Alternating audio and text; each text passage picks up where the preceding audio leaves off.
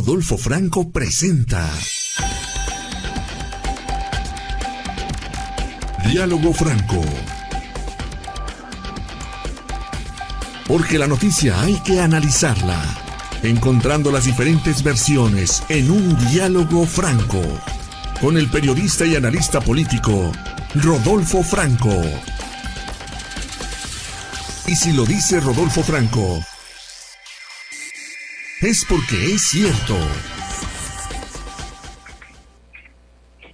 Bienvenidos a una edición más de Diálogo Franco. El pasado 10 de septiembre de este año, evidentemente, la presidenta de la República, Claudia Sheinbaum Pardo, presentó su propuesta de paquete económico. Es un documento que contiene la ley de ingresos y el presupuesto de egresos, es decir, en una parte dice cómo van a obtener los recursos, para financiar todo el año del 2026 el gobierno federal, tomando en cuenta que algunas participaciones, algunas ya muy pequeñas, se envían a los estados de la República Mexicana, y por otro lado establece la manera en la que se los va a gastar, es decir, cuánto le va a entregar a cada una de las dependencias, cuánto se va a invertir en diferentes obras o la infraestructura como le llaman, y es aquí donde empieza entonces el análisis importante y sustantivo de qué es lo bueno y qué es lo malo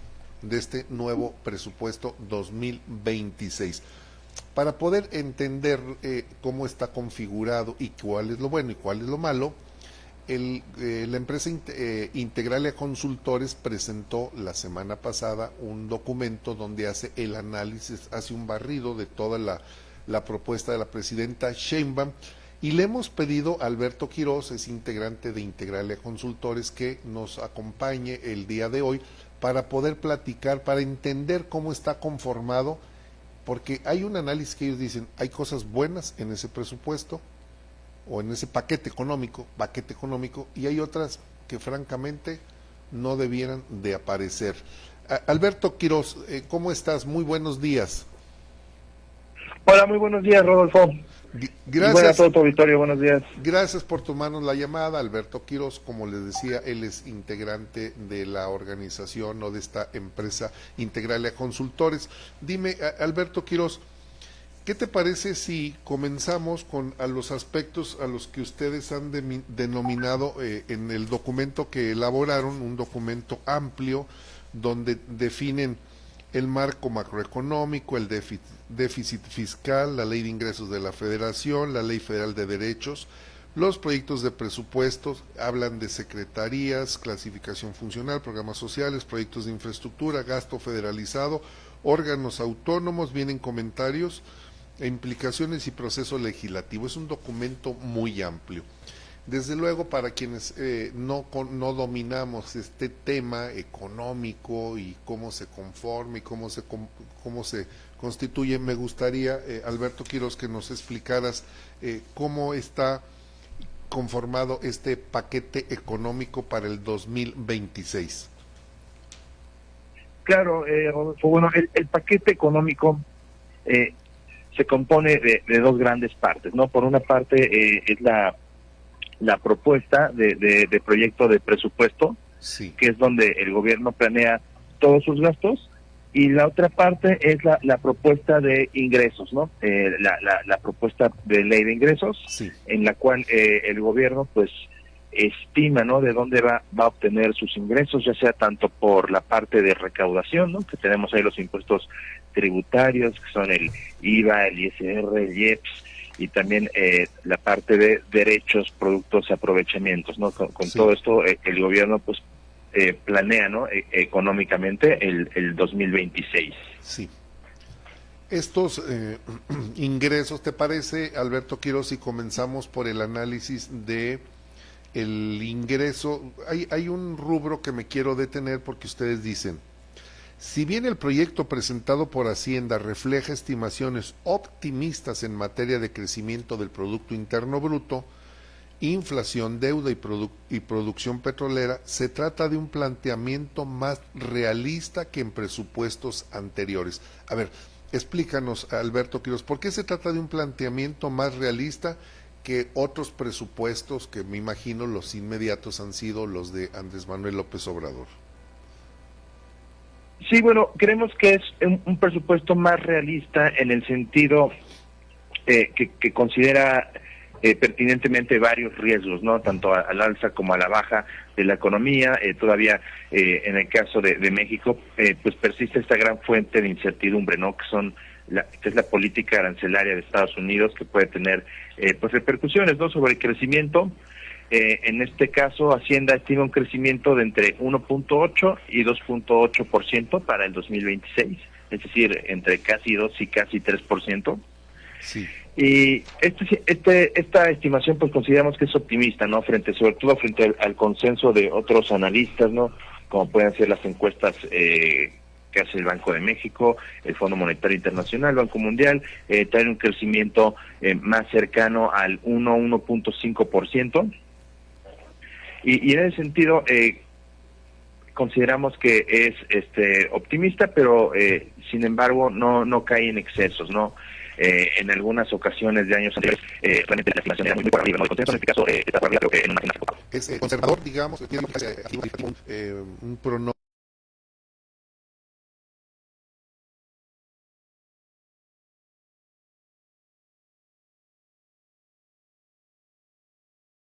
de crecimiento del Producto Interno Bruto conservador. Sí, es un presupuesto conservador un poquito más realista, ¿no? Obviamente sin caer en excesos, sobre todo por las metas, no tanto de ingresos públicos, también otro supuesto importante es la inflación, la Sí. cual se mantiene, ¿no? Dentro del rango del Banco de México. Para 2026 se estima en 3.5%. Recordemos que el objetivo de la inflación es que esta esté en el 3%, con una variabilidad de más menos 1%, ¿no? Entonces estaríamos dentro del rango. También otra estimación que es bastante realista es la de tipo de cambio, ¿no? Con un tipo de cambio de 19.3 pesos por dólar, muy parecido al tipo de cambio que tenemos. En ese sentido, no se anticipa una gran variación en este precio. También tenemos una plataforma de precio del petróleo con $54 por barril en lugar de 62 para este año 2025, lo cual implica una reducción de 11.5%, pues en línea, ¿no?, con las estimaciones de los futuros de los precios internacionales del petróleo. Muy bien. Y luego dices plataforma petrolera, aquí se habla de la producción de barriles de petróleo por día que produce Pemex. A eso se refiere la plataforma petrolera. Sí. Y aquí se mantiene, bueno, observo que hay un ligero crecimiento, 4.5% de crecimiento, creo que sí es significativo, ¿no? En la producción de petróleo.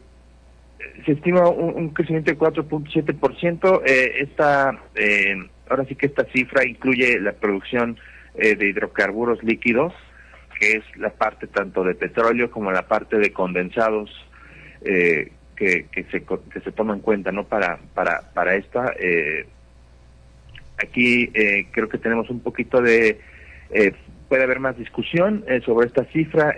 La meta oficial de Pemex no es que esté por debajo de los 1.8 millones, pero si vemos las cifras de producción de Pemex, estamos apenas en 1.3 millones de barriles, así que estamos con una diferencia de pues aproximadamente unos 250 barriles, A ver, ¿no? Con respecto a los niveles que observamos actualmente.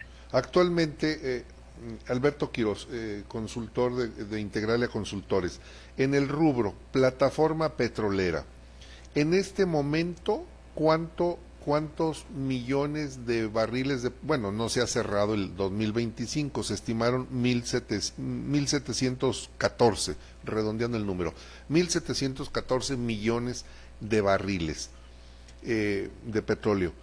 En este momento, ¿en qué rango estamos? En este momento estamos en 1.300 aproximadamente. 1.300 millones de barriles de petróleo al día. Sí, considerando únicamente petróleo. O sea, si ya le sumamos los condensados, Okay. Pemex produce alrededor de 1.650 barriles diarios. Y estos 1.794 que se están proyectando para el 2026, ¿es todo el conjunto también de lo que me dices de los condensados? Todo, digamos, todo lo que se produce. Sí, es toda esa parte.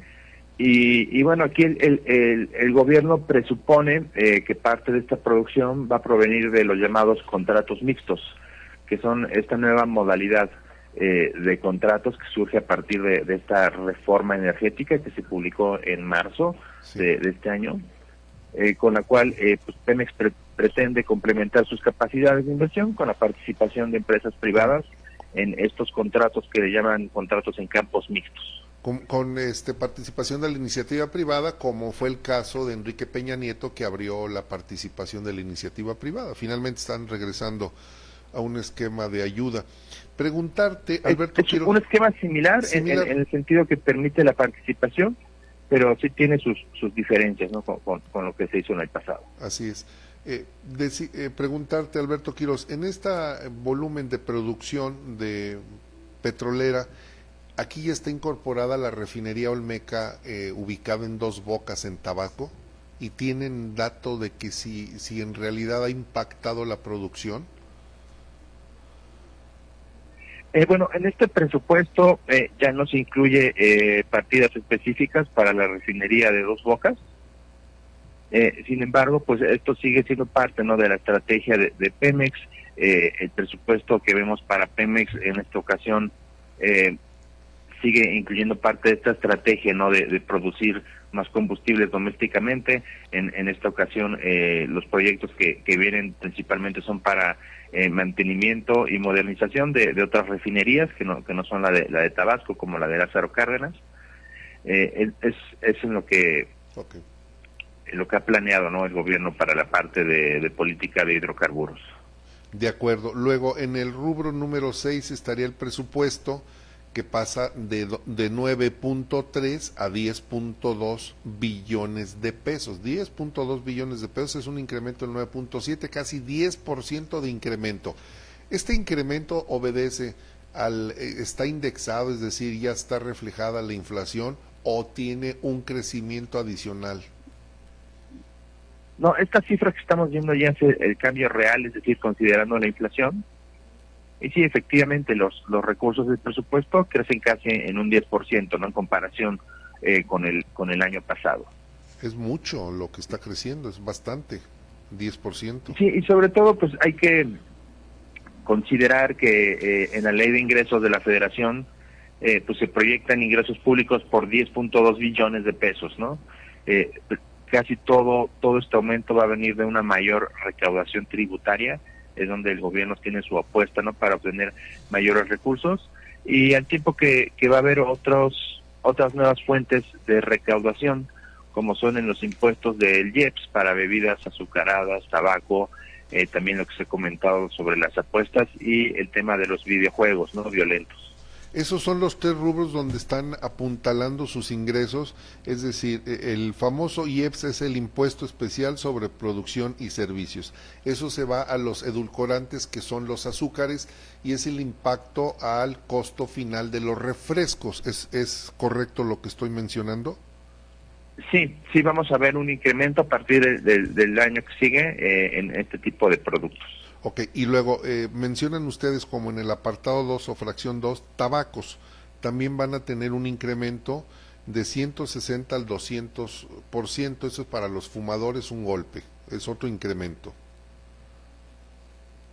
Sí, es correcto. Y todos estos impuestos pues son el gobierno los justifica, ¿no?, con una parte de salud público, más allá de que sean instrumentos de recaudación, aunque al final del día, pues sí, incrementan la recaudación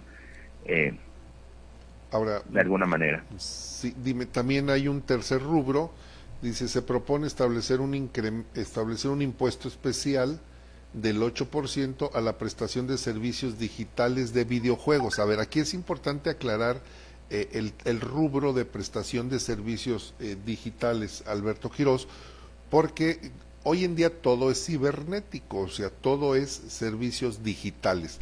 pero este impuesto del 8% es para videojuegos con contenido violento, exclusivamente para contenido violento, y luego viene un incremento del 30 al 50% a todas las apuestas o la cantidad efectivamente percibida. Vamos a platicar primero de los videojuegos y luego nos vamos a las apuestas. Los videojuegos son, hay muchos videojuegos, hemos visto, no sé, detuvieron por ejemplo al Mayo y sacaron un videojuego, ¿no? De Ten al Mayo, etcétera. Es ese tipo de concepto de impuesto al que se va a aplicar. Sí, en esencia está enfocado aquí como lo dice, pero pues todavía hay que ver, ¿no? cuál es la estrategia que tiene el SAT para realmente cobrar este impuesto. Como bien mencionas, la parte digital pues es bastante compleja, ¿no? En este país hay muchísimas plataformas, ¿no? Maneras de adquirir y jugar videojuegos que podrían así que prestarse para la evasión de este impuesto.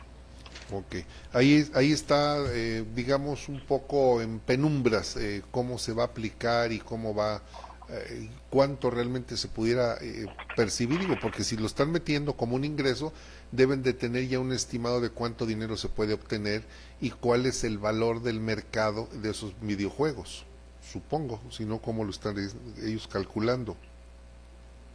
Sí, la Secretaría ya tiene una estimación para este impuesto y sobre todo pues tiene su justificación, ¿no? Que es por razones de seguridad, es lo que han dicho, más allá de medidas recaudatorias. Pero pues recordemos que todos estos productos, como tanto las bebidas azucaradas, tabaco, videojuego y apuestas, son productos que se le conocen como inelásticos. Es decir, que cambios en su precio no modifican mucho la demanda. Entonces es una buena estrategia de recaudación poner impuesto a este tipo de bienes, porque si bien incrementas su precio en una proporción, el consumo no cae en la misma, ¿no? Entonces es una buena estrategia para aumentar los ingresos. Es decir, para los bebedores de refresco, para los fumadores y los adictos a los videojuegos violentos, no les importaría pagar más. Dices, al final de cuentas, ellos lo van a seguir o sea, no va a modificar, a lo que me refiero es, no va a modificar el volumen o la demanda de estos productos, al final de cuentas. Es correcto. Bien, dices en el apartado de Ley de Ingresos de la Federación, también se proponen cambios para las cuotas que pagan las instituciones de bancas múltiples al Instituto para la Protección al Ahorro Bancario, mejor conocido como el IPAP. ¿Qué significa estas cuotas que se tienen que pagar? Originalmente los bancos podían deducir estas aportaciones que hacían para este seguro, ¿no? Que es para la protección al ahorro bancario, y para este ejercicio fiscal se propone limitar, ¿no? la deducibilidad de estos pagos para incrementar la recaudación. Obviamente esto es un golpe pues a la banca, ¿no? Que le va a afectar de manera considerable, ¿no? Y por otra parte, pues el gobierno va a tener recursos extra, ¿no? Al limitar esta deducibilidad que hacen los bancos sobre el pago de este seguro. Ponme un ejemplo así para los que somos bien ignorantes de esos temas, que no le entendemos muy bien. Ponme un ejemplo para la audiencia de cómo sería ese pago o de dónde se derivaría ese pago. Sí, o sea, usualmente los bancos hacen estas aportaciones al IPAP. Sí, ellos pagan una cantidad para asegurar o garantizar ¿qué?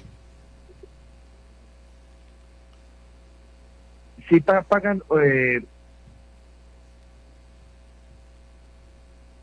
una cantidad que antes se permitía deducir. Entonces, en los pagos de impuestos de cada año, pues los bancos deducían y eso se eliminaba, ¿no?, de su base gravable. Okay. Y ahora con esta reforma, pues pretende limitar esto y el gobierno pretende obtener de aquí 10,000 millones de pesos. Okay. Entonces ese tamaño es el golpe, ¿no?, para la banca. Y eso pudiera afectar en el costo de los servicios bancarios. A ver, voy a citar un ejemplo. Cuando abres una cuenta de banco, una cuenta que le llaman la tradicional de cheques, que prácticamente están en desuso, pero cuando se abre así se denomina una cuenta de cheques, te dicen la comisión anual es, voy a poner un número, de 500 pesos. Y cuando el banco ya no hace deducibles algunos pagos que le realiza el IPAP, puede repercutir en el costo, por ejemplo, de ese servicio que nos da. En lugar de 500 se puede ir a 550 o 600 pesos de anualidad de la cuenta bancaria. Ahí pudiera reflejarse ese no deducibilidad que van a tener los bancos. No es tan inmediato, realmente depende de cada banco. O sea, hay que recordar que esta de subida no es por los seguros de depósito, ¿no?, que hagamos para una cuenta, ¿no?, que queramos abrir el día de hoy o mañana. Ajá. Sino más bien para pagar la deuda del FOBAPROA, que son compromisos anteriores.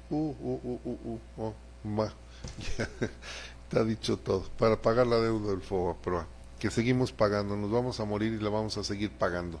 Y a eso luego le vamos a tener que sumar la del aeropuerto de Texcoco, que también se canceló, y es otro FOBAPROA, es algo similar. A ver, dime, Alberto Quiroz, me voy a ir al proyecto de presupuesto de egresos, me voy a decir al gasto. Hay un gasto, digamos, que es el ordinario, que se le entrega a las dependencias. Observo en la tabla 4, dice presupuesto de ramos administrativos, que hay rubros. Dice, agricultura y desarrollo rural, le van a restar, dice, la variación en valor real, 2.4% a agricultura y desarrollo, a cultura le tumban el 18%, a desarrollo agrario, territorial y urbano un 7.8%, a economía 3.2%, anticorrupción y buen gobierno menos 0.8%, dice entidades no sectorizadas menos 95.3. ¿Cuáles son estas entidades no sectorizadas en el que están prácticamente desapareciendo? Son las que borraron, por ejemplo, Coneval y todas estas ¿cómo le llamaban? Organismos autónomos que eliminó el gobierno. Sí, si te fijas en esta tablita, la mayoría de las secretarías tienen un recorte en su gasto. Sí, y fuerte. En general, solamente los aumentos, si vemos dónde crece el presupuesto, sobre todo es en la Secretaría del Bienestar, con un incremento de 12.5%. Es la secretaría que tiene mayor gasto, con 674,000 millones de pesos. De aquí es de donde salen pues todos los programas sociales. Por eso es muy importante. Y vemos algunas otras que tienen incrementos, sobre todo Defensa Nacional, 4.3%, Educación Pública y también Energía. Tiene una cantidad considerable en su presupuesto, un aumento de 87%, con 267,000 millones de pesos, que vale aclarar que la gran mayoría de estos recursos, 260,000 millones de pesos, van a estar destinados a una transferencia que se va a hacer a Pemex. Esto es lo que va a Pemex, ¿verdad? Que ahora se va a manejar de una manera diferente a sí, viene esta parte importante a Pemex, sobre todo es para que la empresa pueda suavizar su perfil de vencimientos. Es una inyección de capital para que Pemex pague su deuda y también una parte pues que pueda liberar recursos para pagarle a sus proveedores. ¿Dónde está el rubro más alto? El más alto de los egresos está en la Secretaría del Bienestar o en el rubro de Bienestar, con 674,000 millones de pesos. 674,000. La que más se le acerca o más se aproxima es la de Educación Pública, 513,000, y luego seguiría la de Energía con 267,000. Es decir, el dinero, el porcentaje más alto se va a ir a la Secretaría del Bienestar, y esto significan los apoyos sociales, las famosas becas, ¿verdad? Sí, Y, sí, la mayoría de ahí vienen los recursos. Y lo que quería resaltar hace un momento era también sí, que donde me mencionabas, ¿no?, estas entidades no sectorizadas, que es donde sí, vienen estas otras instituciones. correcto, sí. Ahí podemos ver este recorte en lo que está haciendo el gobierno. O sea, si bien mencionamos ahora los ganadores, el resto de las secretarías pues resultan perdedoras en este presupuesto. Ya son 2 años, con este ya serían 2 años continuos con una reducción del gasto. Recordemos que en el 2024 se aprobó un déficit. Se nos cortó la comunicación con Alberto. Si me ayudan, Alberto, ¿me escuchas? Sí, bueno. Sí, tuve una ausencia de sonido. A ver, si me quieres repetir, por favor. Estábamos comentando, Alberto Quirós, investigador y analista de Integralia Consultores, nos detuvimos en las entidades no sectorizadas que perdieron 95.3% de su presupuesto, y luego comenzaste a platicar de otras. Sí, o sea, vemos que vemos recortes en muchos rubros del gasto. Ya van 2 años consecutivos de recortes. Recordemos que en el 2024 se aprobó un déficit histórico, y realmente 2025 y 2026 han sido años de contener el gasto para tratar de disminuir este déficit y encaminarse a la consolidación fiscal. Y por eso vemos recortes en todos estos organismos, ¿no?, en las entidades no sectorizadas, pero también vemos recortes en cultura, en economía, en ciertos rubros de salud. Vemos recortes en medio ambiente. Muchas veces se hablaba, ¿no?, al inicio de la administración de Sheinbaum, que pues por el perfil de la presidenta, ¿no?, que con su experiencia, ¿no?, en la academia y sus conocimientos sobre medio ambiente íbamos a ver íbamos a ver una política ambiental reflejada, ¿no?, en el presupuesto, y en este caso lo que vemos son recortes, ¿no?, en este rubro. Sí, y observo algo bien importante. Le recortan a Marina, la Secretaría de Marina, le recortan un 3.2%, como si fuera castigo por lo que acaba de suceder con los marinos guachicoleros, que no es toda la Secretaría, pero algo tiene que ver con eso, supongo. Y luego, déjame ver, Seguridad y Protección Ciudadana, menos 17.5%, es mucho el recorte, muchísimo. Cuando en este momento el gobierno de Claudia Sheinbaum lo que está haciendo a través de la Secretaría de Protección Ciudadana es detener a los narcos, y me llama la atención que sin recursos pues no puede haber suficiente operatividad de esta dependencia. Sí, todos estos recortes pues nos hablan de lo restringido que está el presupuesto. Muy restringido, sí, pero muy suelto para otros casos, como es el caso de bienestar, donde le avientan todo el dinero. Sí, por ejemplo, otra manera de ver el presupuesto para que quede mucho más claro a tu auditorio es verlo desde la perspectiva del espacio fiscal, que básicamente consiste en agrupar en categorías pues los ingresos presupuestarios, ¿no? Sí. Entonces, del 100% de los ingresos presupuestarios, un 29% se van a ir a los estados y municipios, ¿no?, a través de estas aportaciones y participaciones. Vemos que otra parte importante, que es el 27% del gasto, se destina a pensiones. ¿Eso lo tienes en alguna tabla, si me apoyas para encontrarla?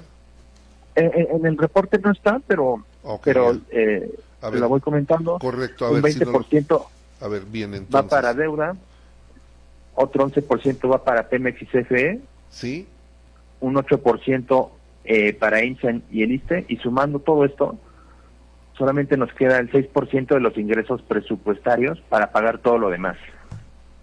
A ver. O sea, todos los proyectos de infraestructura, salud, educación pública, política ambiental, todo esto pues ya viene siendo una parte muy pequeña, ¿no?, del presupuesto.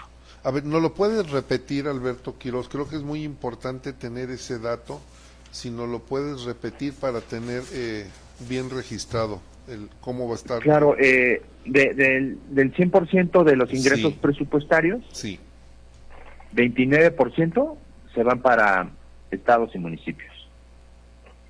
Correcto. Otro 27% se va para el pago de pensiones. En estos dos conceptos ya se nos fue más del 50% del presupuesto. Así es. Luego un 19% más para el pago de los intereses de la deuda. Pemex y CFE, nuestras empresas del Estado, nos representan un 11% del presupuesto. Sí. Nuestras empresas de salud, IMSS, el ISSSTE, un 8%. Salud, 8%, y es IMSS. Y con eso nos queda un 6% solamente para el resto de recursos, o sea, 94% del presupuesto se nos va en estados y municipios, pensiones, deuda, Pemex, CFE, IMSS e ISSSTE. ¿Y este 6% para qué es? ¿Para infraestructura productiva, para prever desastres? ¿Para qué es ese 6%? Ahora sí que es para financiar el gasto del gobierno, de lo que vemos de sueldos, salarios, las oficinas del gobierno, los programas que tengan de infraestructura, toda la parte de salud, de seguridad, todo el gasto así que del gobierno, que creemos que es infinito, solamente queda un 6%, ¿no? Porque la gran mayoría ya está comprometido de los ingresos presupuestarios. Obviamente hay otros gastos que se pueden hacer a cargo de deuda. Este es el gasto 2026. Lo voy a repetir. 29% se va a los estados y municipios. Son las participaciones, ¿verdad?, que tiene. Sí, las aportaciones y participaciones. Así es, porque los estados y los municipios captan impuestos, envían una parte, un porcentaje a la federación y luego lo devuelven o lo reparten, que es este 29%. Luego el 27% de nuestro presupuesto se va para las pensiones, que es una presión fuerte, ¿no? Y a medida que bajen las edades de la jubilación, pues se incrementaría. Luego, el 19% es casi una quinta parte de nuestro presupuesto, es para pagar la deuda. Bueno, intereses de la deuda. El 11% es para la generación de las energías, es decir, Pemex y Comisión Federal de Electricidad. El 8% es para la prestación de la salud pública, que es el IMSS, el ISSSTE, y supongo que también ahí estará el IMSS Bienestar, que es el nuevo programa que fue borrado el Seguro Popular y ahora entró el IMSS Bienestar. Y de todo este dinero comprometido suma el 94% y solo nos queda el 6% para financiar los proyectos sociales y para los gastos de infraestructura. ¿Es correcto? Es correcto. Por eso es que se habla muchas veces de la necesidad, ¿no?, de hacer una reforma fiscal que permita ampliar este espacio, ¿no?, que actualmente es tan reducido. De acuerdo. Ahora, quisiera, si me lo permites, Alberto Quiroz, hacer mención a los proyectos de infraestructura que deben de ser proyectos de infraestructura productiva, pero que no lo están haciendo. Algunos no lo están haciendo. En el caso del Tren Maya, en una tabla que ustedes mencionan como la tabla 8 del proyectos de infraestructura, se refleja el Tren Maya. Se le van a entregar 30,000 millones de pesos para que el Tren Maya siga operando, construyéndose, terminando de consolidar, no lo sabemos, pero le van a entregar 30,000 millones. Sí, es correcto. Ahora el gobierno tiene este nuevo plan para el Tren Maya, en el cual, además de la parte de transporte de pasajeros, quieren adaptar la infraestructura para hacer posible el transporte de carga, ¿no?, en el Tren Maya, y también que sea pues un detonante, ¿no?, del crecimiento económico en el sur del país a través de esta nueva modalidad, ¿no?, de transporte. Que no solamente mueva 300 personas al día, sino que mueva carga, que sería pues lo ideal, si es que las vías lo soportan. Entonces, para eso son los 30,000 millones. Luego, para la IFA, que es el aeropuerto Felipe Ángeles, que está más que muerto, le están dando 3,432 millones de pesos, cuando ya no debiera de tener, porque en teoría debería de ser autosuficiente su operación, pero le están dando 3,432 millones de pesos. Y luego viene un rubro que me llama mucho la atención, dice CITT. ¿Qué significa ese CIT o CIITT? Esa parte es del corredor interoceánico del Istmo de Tehuantepec. Correcto. Es un proyecto heredado de la administración pasada, que continúa, ¿no?, reflejándose en un gasto en el presupuesto para el 2026. Y además de esta parte de este tren que pretende conectar dos océanos, ¿no? Sí, la de las costas de Oaxaca a Veracruz. Sí. Pacífico con el están los nuevos proyectos de la presidenta, de sus trenes de pasajeros también, sí, y también trenes de carga, que son las rutas del tren México-Querétaro y las rutas del tren AIFA a Pachuca. Sí, y luego viene... además de las rutas Saltillo-Nuevo Laredo, sí, Querétaro-Irapuato, y otros dos proyectos que también son heredados, que es el tren interurbano, que todavía es un proyecto ya de años anteriores, que sigue ocupando de recursos presupuestales, y también el tren de lechería a AIFA. Sí, que no han podido terminar, ni el interurbano, ese viene desde la administración de Enrique Peña Nieto, lo heredó López Obrador y no lo terminan, y le han inyectado dinero y sencillamente no lo terminan. Y luego vienen presupuestos para órganos autónomos, dice... Mayor presupuesto a la Suprema Corte de Justicia de la Nación, a la FGR y al Tribunal Federal de Justicia Administrativa. Cuando los traían estrangulados, ahora sí les van a dar, porque ya son de su herraje y ya es diferente. Dice, se aprecian caídas importantes en el INE y el INEGI. A esos dos institutos, que son también autónomos, les van como luego los dicen, los van a cepillar. En términos generales, Alberto Quiroz, comentan ustedes, en materia de gasto se priorizan los programas sociales, todo se va a las famosas becas del bienestar y todos esos programas que tienen. En materia de infraestructura, la expansión ferroviaria será el programa prioritario para el 2026, y hacen aquí un apartado, la presión del gasto por programas sociales y pensiones continuará al alza en detrimento de áreas como seguridad, medio ambiente, salud e infraestructura. Esto es lo malo, digamos. Lo bueno del presupuesto es que es más realista. Se mantienen rubros como reales del crecimiento económico, el costo de la paridad cambiaria, peso dólar, la producción petrolera, el costo del barril del petróleo, son ahí muy... digamos realistas, pero luego nos vamos al rubro del gasto y ahí es donde las cosas cambian totalmente. Dice, las presiones del gasto por programas sociales y pensiones continuarán al alza en detrimento de áreas como seguridad, medio ambiente, salud e infraestructura. Esto es lo malo del paquete económico 2026, Alberto Quiroz. Sí, pues ahora sí que la manera de pensar esta parte del gasto es como una cobija, ¿no? Una cobija que está limitada en su tamaño, en sus dimensiones, y claro, si tú quieres tapar algo más, pues forzosamente tienes que destapar algo más, sí, ¿no? En esta ocasión, ahora sí que por tapar por tapar el gasto en programas sociales, pues estamos destapando, ¿no? El gasto en muchísimas otras instituciones, ¿no?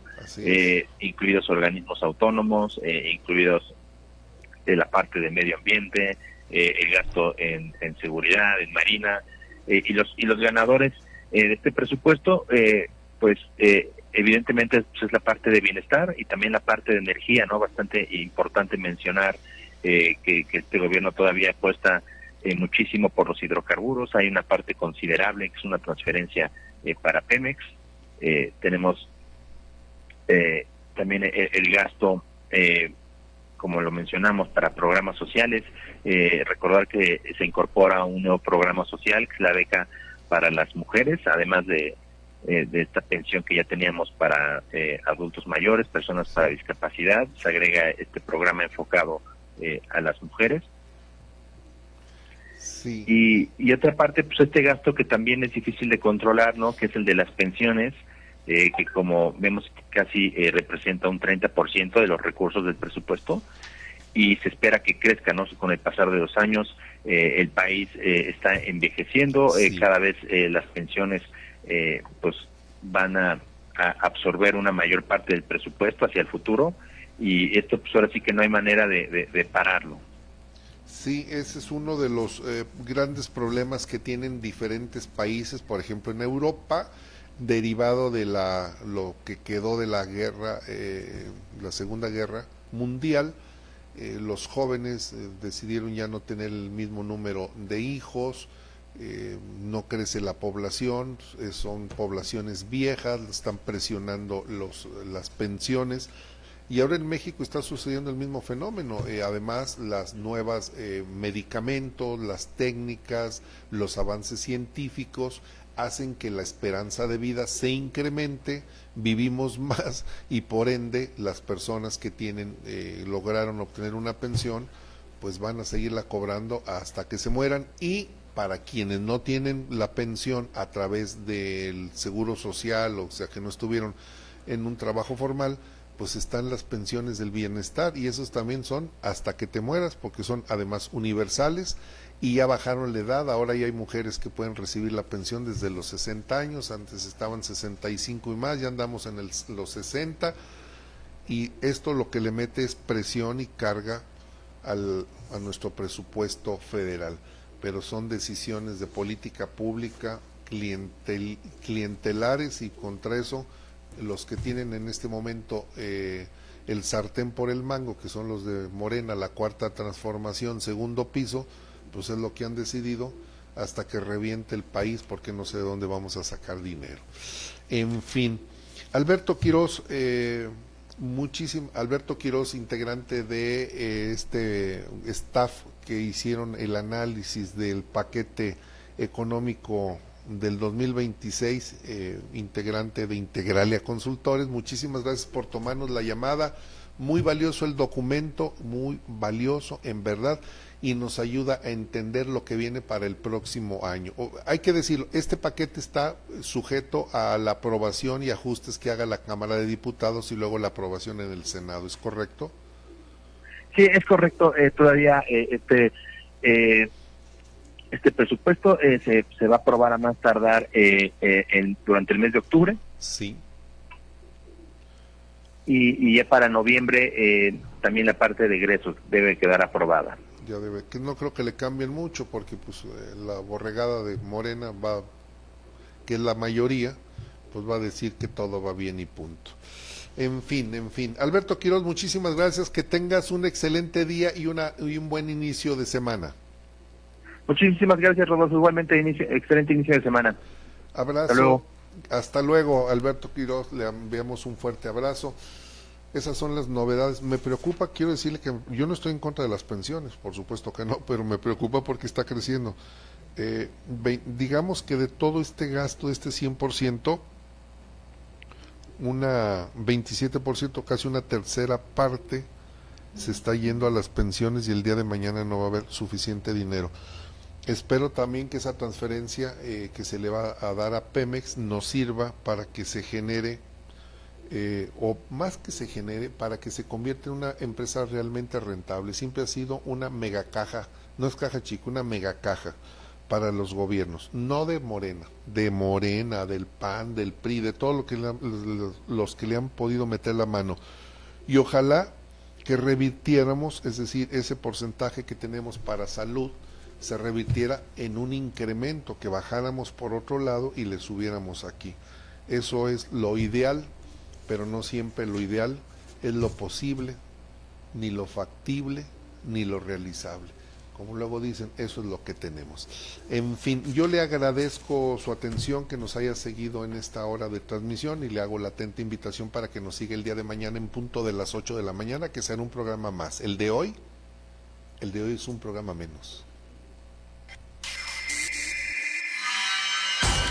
Así fue como analizamos las diferentes versiones que dieron origen a la noticia, en un diálogo franco. Lo invitamos a seguir en sintonía de Diálogo Franco, con el periodista y analista político, Rodolfo Franco. Y si lo dice Rodolfo Franco, es porque es cierto.